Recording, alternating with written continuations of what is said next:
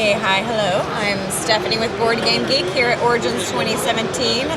Chris Batarlis from Everything Epic dropped by with a little bit of trouble, so he's going to show us Big Trouble in Little China, the game.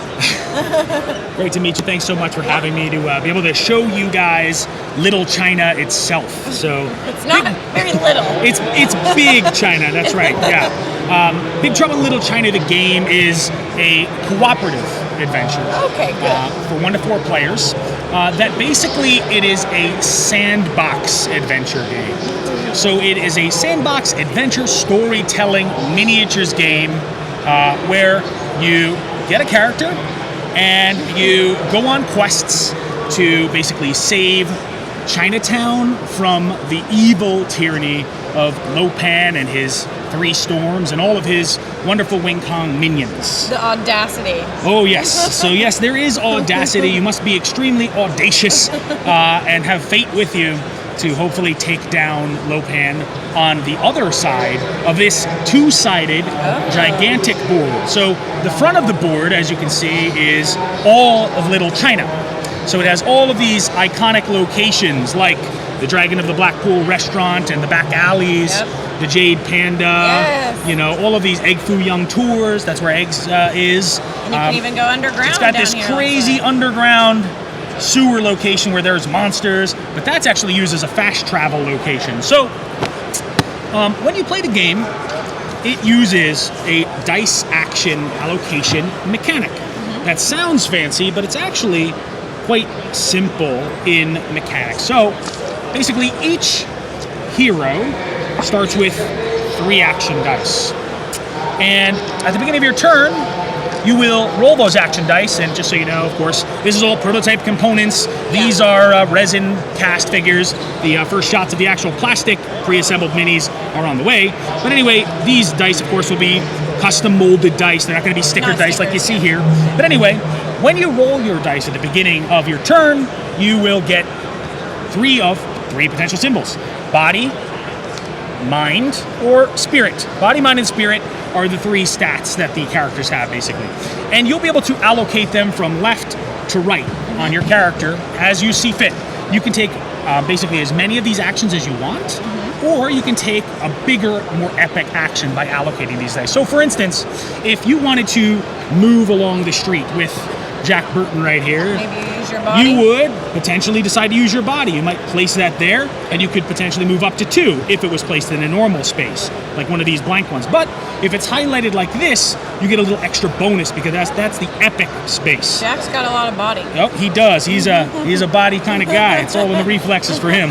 So anyway, when you place body in Jack's first slot for body, he gets to move 3 instead of 2. Or if he's doing combat or a skill check, he'll actually get an epic die. The epic dice have a little bit of a better chance of success compared to the regular dice, the normal dice that have 2 complete failures or bad luck rolls, and they only go up to a 2 on them. This one has. Whereas that'll go up to a 3, and it only has 1 complete failure on it. So each character has their own unique allocation of their epics to regulars.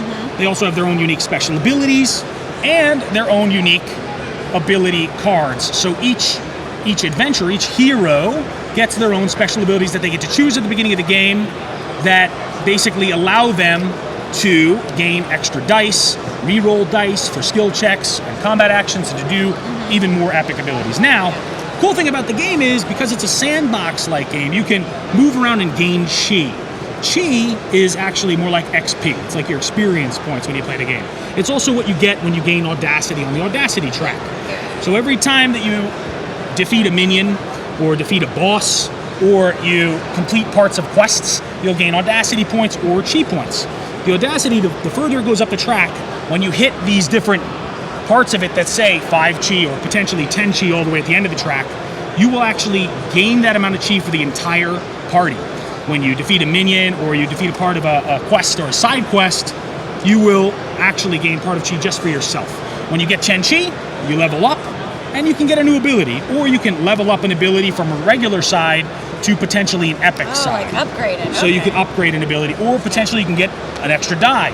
So you can go from 3 actions to 4 actions, or up to 5 actions.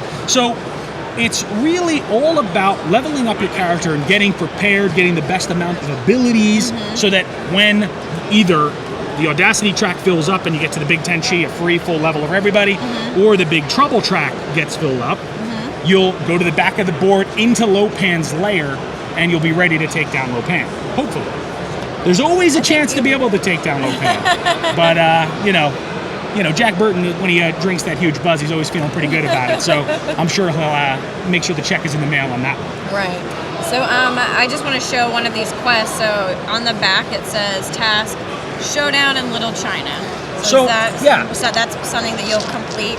It'll show you the reward here at the bottom, and I guess Jack receives Pork Chop Expressibility. Is that one of those cards? Yeah, so basically what happens is when you complete this quest, let's start at the beginning. Yeah. Let's start at the beginning.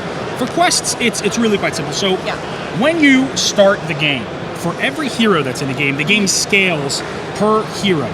So for every hero, you get 1 quest that matches the hero itself. Okay. So if you have Jack and Wang Chi in the game, you'll get 1 Jack quest, 1 Wang quest, and you'll get 1 quest for one of the 3 storms. Okay. So it'll either be rain, lightning, or thunder, but that's randomly chosen.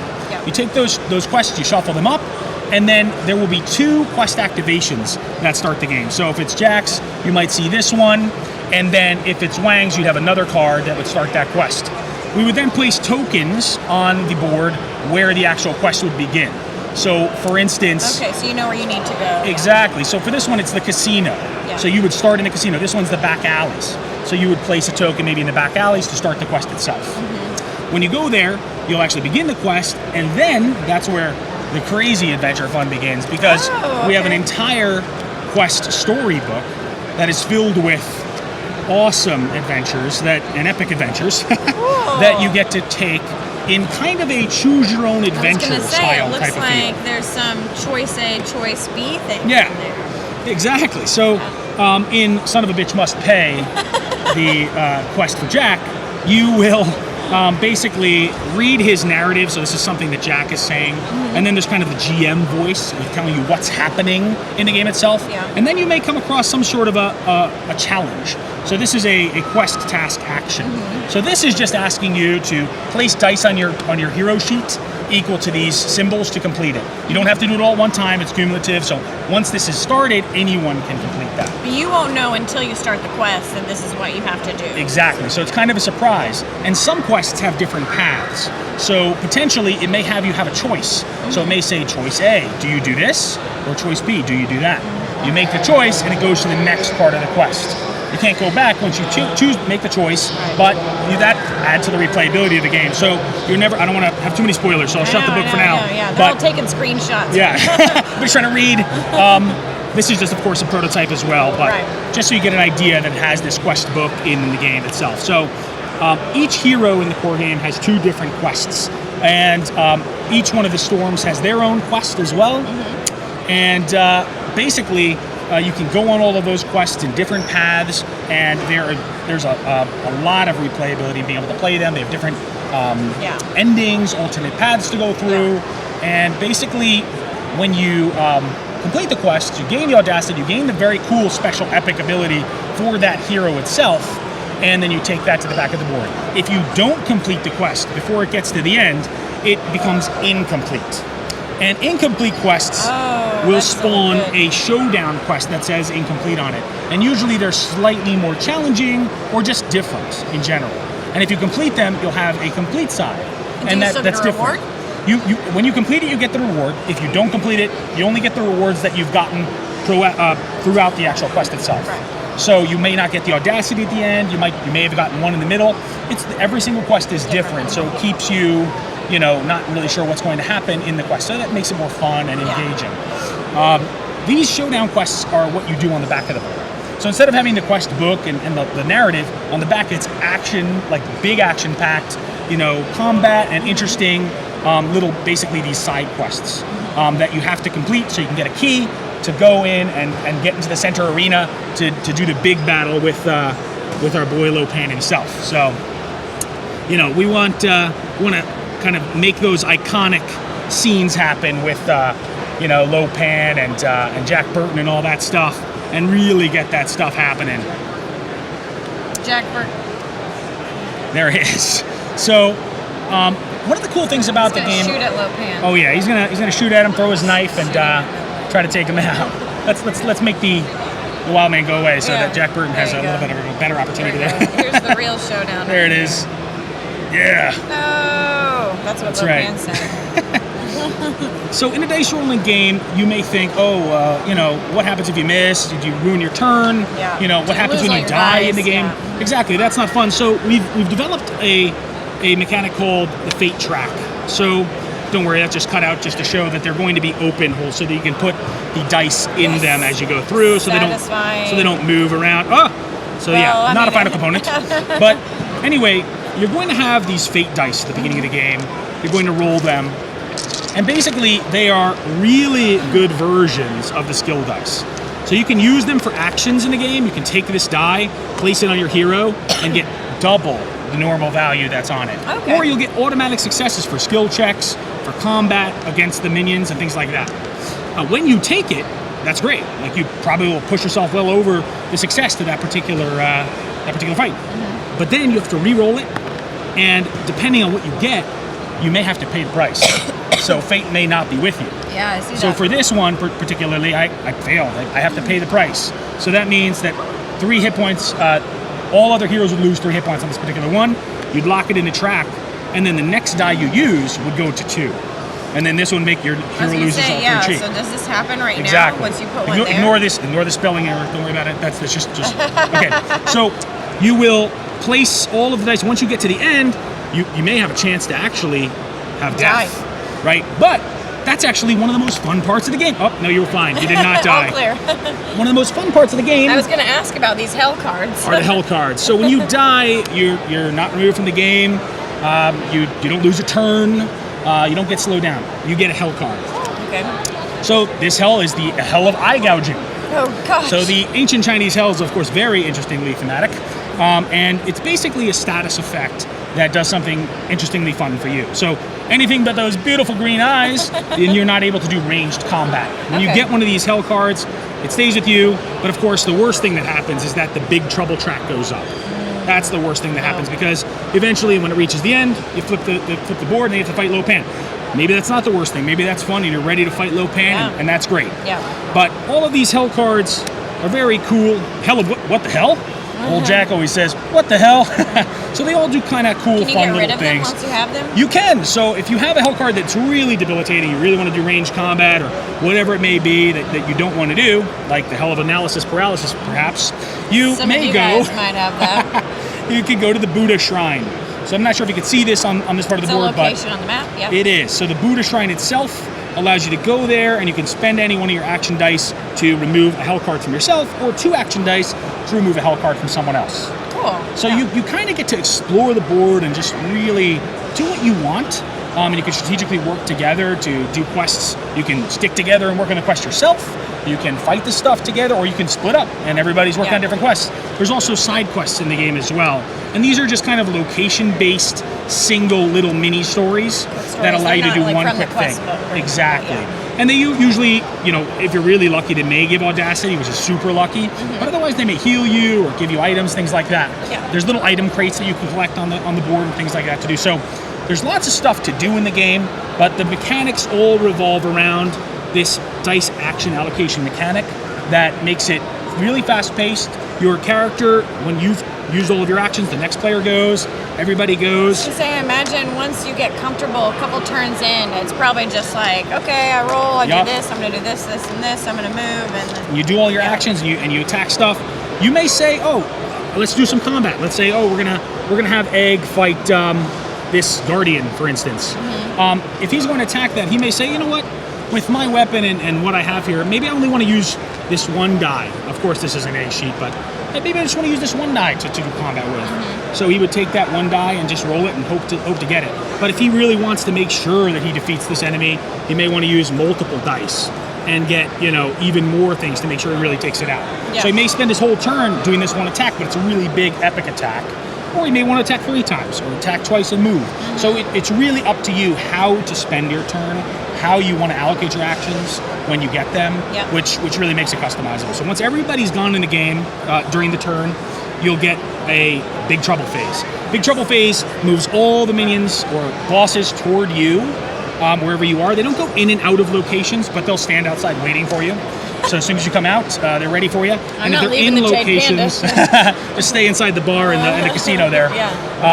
They'll wait for you either inside or outside, because the quests usually spawn minions inside. Okay. And this way we don't want to intermingle the different monsters. This way you'll remember and know where you have to defeat specific quest monsters. After they all move into combat, then you get a Big Trouble card. So the Big Trouble cards will spawn new guys. They'll have a little thematic effect and maybe potentially an effect for the round. So this one says, security guards will not activate this round.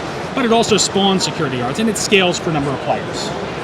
And that's really the whole game. So all of these quest cards, they're here basically to track the quest for you. So you'll know what's the potential checks. You can kind of plan and use tactics around that. Gotcha, okay. But you don't know what's going to happen because the quest book is going to give you the story. And if you might make a choice on task 3 here, and it may actually take you to a different card that may end up being different checks, and you're not really sure what they may be. Right. So it keeps it unpredictable and makes you allows you to choose different paths. As Little China should be, Little China is definitely very unpredictable. So can we show the other side of the board? Sure, let's clear it off and flip the board. Is that a secret? Or? No, it's not a secret. Absolutely not. The game is actually on basically for sale right now for pre-order. On our website on BigTroubleGame.com. BigTroubleGame. BigTroubleGame.com, or you can go to everythingepic.us, our regular website, and it's linked there. But basically, now we're in Lopan's lair. Yes, look. Okay. But yeah, you can watch the whole trailer, and we take you through kind of seeing the different components and stuff like that. So if there's anything you wanted to look at more, you could always check it out on the trailer and have a little fun. There's nothing you need on the other side of the board. That's basically just to show the location like that. So you can just flip this over. You got it. So once you've completed Act 1, exactly, Lopan is going to spawn right here, basically. He's going to be in this arena, and he may have one of his storms with him. And there may be some other minions that spawn with him as well. And then the heroes will start on either the first floor or the 3rd floor, wherever they are supposed to spawn as per these Showdown quests. Right. So the Showdown quest will tell you where you spawn and what potential challenges you'll have on the back of the board. So, maybe it's this quest and it's a Gracie Law quest. And because it's incomplete, it makes her actually spawn in a room, potentially with the big monster, the wild man, right? Or if she completed it, it could be something completely different. Maybe he spawns somewhere else and she has a better chance. So it kind of changes it up. So depending on whether you completed the quest, because they start in different orders, it allows for a lot of replayability. Even though it's as a quest narrative, you're going to see different things every time you play. Cool. I like that you changed the setting. Yes. I think that's cool. So this is kind of Act 2. Definitely makes it feel like Act 2, like something's different happening. This is a totally different board, and you're not like, oh, we'll just go to the Jade Panda, we'll do this, and we can do that. Yeah, we really want it to be cinematic and really let you feel like you're in the movie, like you're in the film, but we wanted it to be a new Little China, because you can watch the movie anytime. It's on Netflix right now. Exactly, you can go watch it right now. But this is you making the choices as those characters, you exploring Little China and going up against these bosses and doing what you want with them. You're going to get to do a lot of different stories that were not in the film, which are great. But there's also a lot of cool things that remind you of the film. Quotes and narrative and parts of quests. So we really wanted to get that whole feel in here and just let you have fun with it and just go to town and go on an adventure and talk about it and say, we got Lopan this time, we're going to get him next time, and go through that big adventure. Awesome. So Is there anything else you want to say about the game? Or, I mean, you said it was available Yeah, for pre-order right now. it's available for pre-order when will now. it hit stores if you So, didn't get the chance to pre-order? Yeah, so it's for pre-order right now for a deluxe limited edition version of the game. Yep. So that's going to be up just for a short amount of time, a couple months or so. So you can go on the site now, BigTroubleGame.com. You can get it now if you want. June, July, August, Yeah. 2017. Approximately. So then we're going to be releasing this around November.